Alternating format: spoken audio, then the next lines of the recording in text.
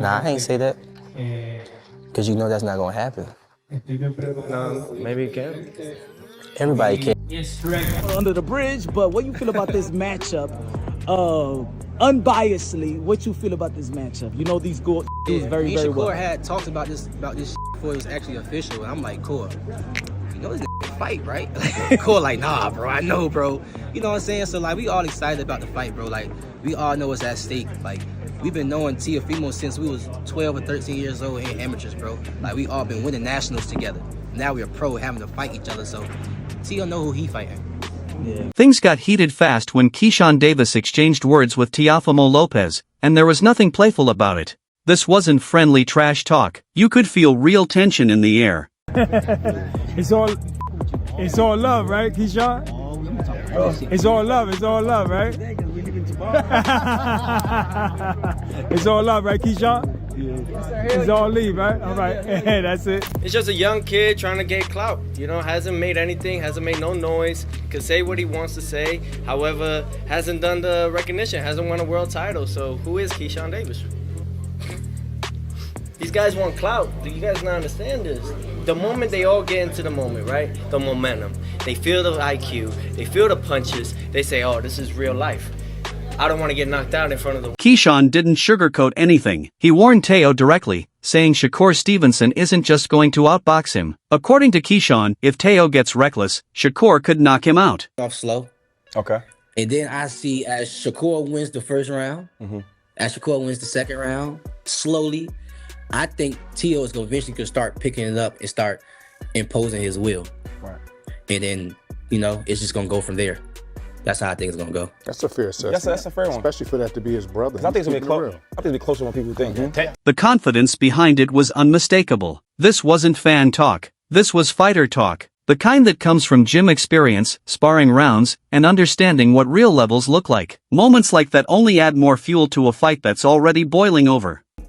He's a guy who went out there and he done the things that everybody asked him to do. He beat the Lomachenko, he beat the Josh Taylor, and he ain't really get the credit for it. So when you don't get the credit for it, it feel like your mental kind of go down with some guys. And I think with him, he kind of didn't go about it the right way. He ain't go about it in a way to where it's like, keep waiting your moment, keep pushing, your time is gonna come. He felt like his time came and nobody respected it. So I did see the drift in his mental, but I think that's a weakness in his game, to be honest. Come fight night, we coming in there to make sure we come out victorious. So Teo is a hell of a fighter, I understand that, but I don't think none of these dudes is on my level when I'm at my best. So he got a lot to deal with come January 30th. Once you strip away the noise from the press conference, the psychology becomes far more interesting than the shouting ever was. Those weren't random insults.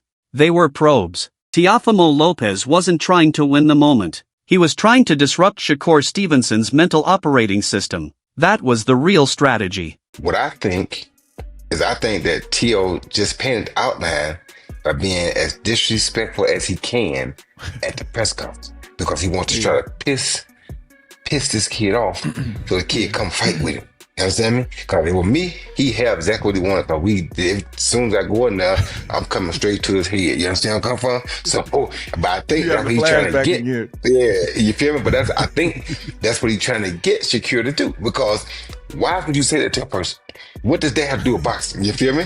He knows that Shakur has great feet, and he's not gonna be able to catch Shakur if he lets Shakur take his time to do what he does. So he got to try to make Shakur come in and try to kill him, which is what he just did at the. Shakur is at his most dangerous when he's calm, detached, and processing information in real time. He doesn't fight off emotion. He fights off data. He reads shoulders, foot placement, breathing patterns, and builds the fight like a live algorithm. Teofimo, on the other hand, is explosive and creative, but his brilliance often comes in bursts that still rely on structure. When chaos hits, he looks for an outline to reset. That's why the disrespect mattered. I don't feel bad about what he did because I understand it now. When I saw it, he knows that he is right now.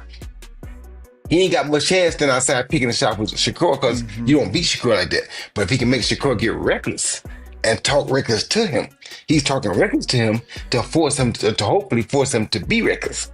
You understand me? So what I would have did, like I said, I would have been reckless at the press conference, so I ain't got to be reckless in the ring.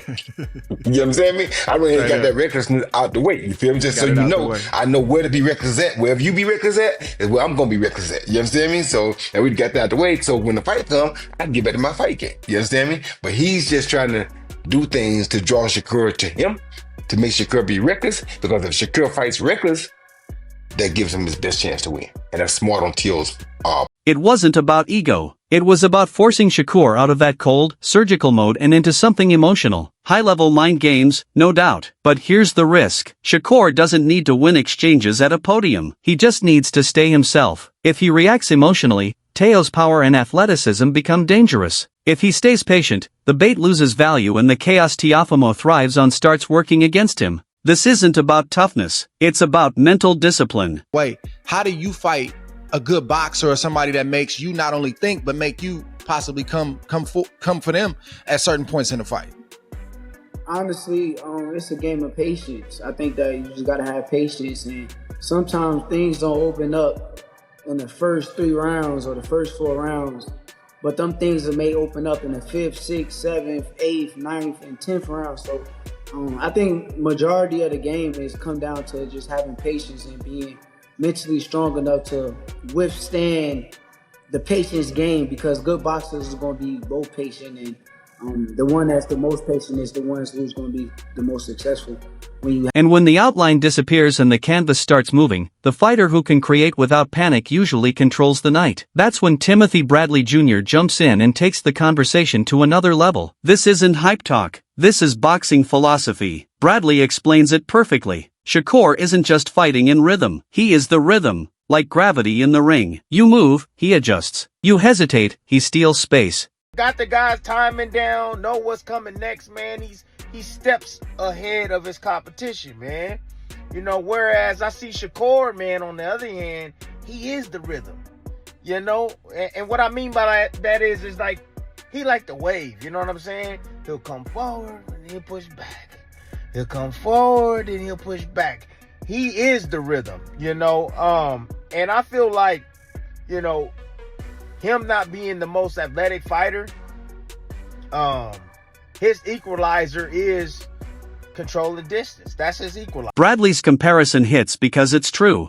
Shakur doesn't need to be the fastest or strongest fighter when he's constantly removing your options, like closing tabs on a browser. Teofimo is chaos with talent. Athletic, creative, dangerous. He improvises like jazz. That's exciting. But against someone as disciplined as Shakur, improvisation can quickly turn into guesswork. Bradley gives Teo credit, but the focus always comes back to control.